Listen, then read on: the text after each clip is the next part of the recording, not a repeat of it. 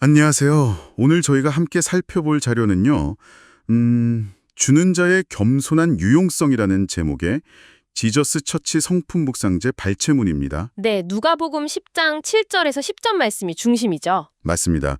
이 말씀을 통해서 어떤 보상이나 인정을 기대하지 않는 숨김, 그러니까 겸손한 유용성이라는 개념을 좀 탐구해 보려고 합니다. 흥미로운 주제네요. 네.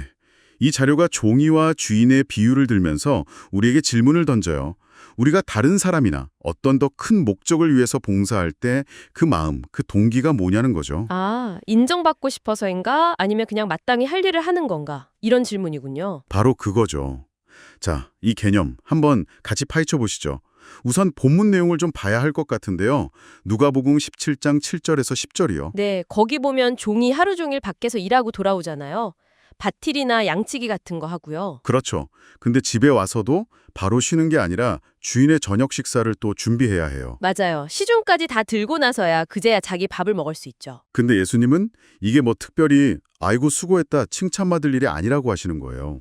그냥 당연한 의무다. 이렇게 말씀하시는 거죠. 특히 그 마지막 부분, 종이 스스로 우리는 무익한 종이라 하여야 할 일을 한 것뿐입니다. 라고 말하는 대목이 참 인상 깊어요. 네, 여기서 무익하다는 말이 좀 오해하기 쉬운데요. 이게 뭐 스스로를 쓸모없다고 비하하는 그런 부정적인 의미가 아니고요. 아, 그런 게 아니군요. 네, 오히려 자기 공로나 어떤 대가를 내세우지 않는 태도, 주인의 뜻에 그냥 온전히 순종하면서 자기를 내어주는 그런 자세를 말하는 거죠.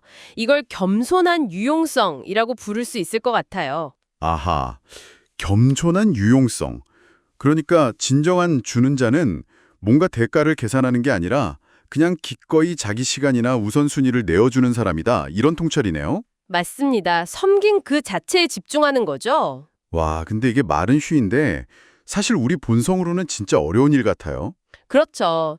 누구나 자기가 한 일에 대해서는 좀 알아주길 바라잖아요. 인정받고 싶어 하고. 네, 바로 그 점 때문에 이 자료에서도 아마 하나님의 능력이 필요하다고 이야기하는 것 같습니다. 네, 맞아요. 우리 안에 그 이기심이나 교만 같은 걸 넘어서서 그 누가복음의 무익한 종처럼 정말 겸손하게 섬길 수 있도록 변화시키는 힘이 있다는 거죠. 그러니까 하나님을 진짜 주인으로 인정하고 우리의 유용성, 뭐 시간이나 재능, 자원 같은 것들이겠죠. 이걸 그분께 드릴 때, 네네. 그럴 때 어떤 보상을 바라는 마음에서 좀 벗어나서 섬기는 것 자체가 기쁨이 되는 변화를 경험할 수 있다. 이렇게 설명해요. 아무도 알아주지 않더라도 그냥 하나님의 영광을 위해서 묵묵히 하는 자세. 바로 그겁니다. 그게 이 자료가 말하는 섬김의 모습인 것 같아요. 이 자료가 여기서 조금 더 신학적인 틀을 가져오는데요. 창조, 타락, 구속이라는 관점으로 이 개념을 좀 더 깊게 설명하더라고요. 네, 그 부분이 좀 중요하죠. 우리가 왜 이런 동기의 문제를 겪는지 근본적으로 설명해 주니까요. 좀 설명해 주실 수 있을까요? 네, 간단히 말하면 이렇습니다.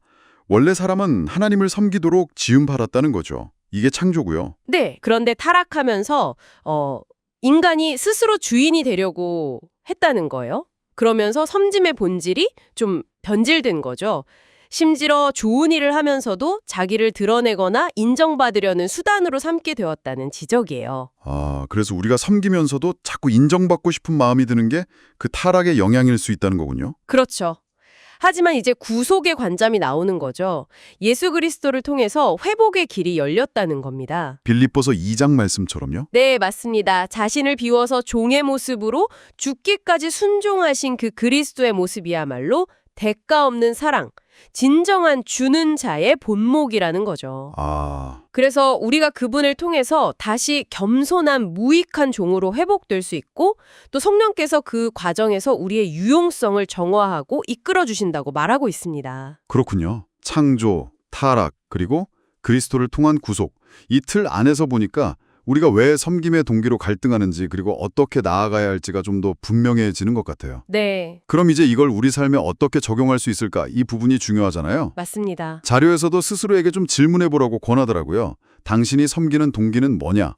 인정받고 싶은 거냐? 아니면 순종이냐? 네, 그리고 당신의 그 유용성, 당신이 가진 것들을 누구를 위해 쓰고 있느냐, 이런 질문들이죠. 이런 질문을 스스로에게 던져보는 것만으로도 의미가 있겠네요. 그렇죠. 그리고 더 나아가서 이 무익한 종의 자세를 그럼 어떻게 구체적으로 연습할 수 있을까? 이것도 제안하는데요. 오, 어떤 것들이 있나요? 예를 들면 일부러 좀 드러나지 않는 자리에서 조용히 봉사해보는 거예요. 아, 남들이 잘 모르는 곳에서요? 네.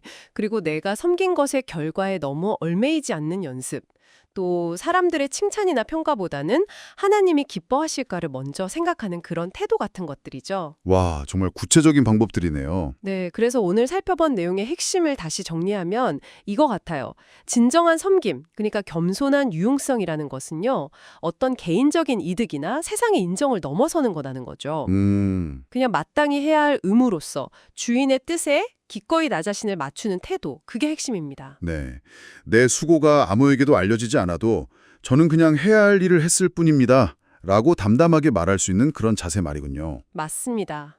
이걸 우리 일상에서 어떻게 갖고 나갈 수 있을지 좀 깊이 고민해 볼 지점인 것 같습니다. 네, 그래서 마지막으로 이런 질문을 한번 던져보고 싶어요. 네. 만약에요, 여러분의 가장 큰 유용성이라는 것이 눈에 보이는 어떤 결과나 다른 사람들의 박수로 측정되는 게 아니라면 어떨까요?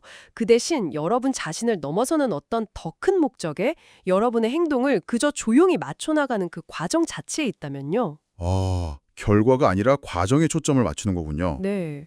오늘 이 의무라는 관점에서 여러분이 남몰래 조용히 감당할 수 있는 그런 보이지 않는 섬김은 무엇일지 한번 생각해 보시면 어떨까 싶습니다.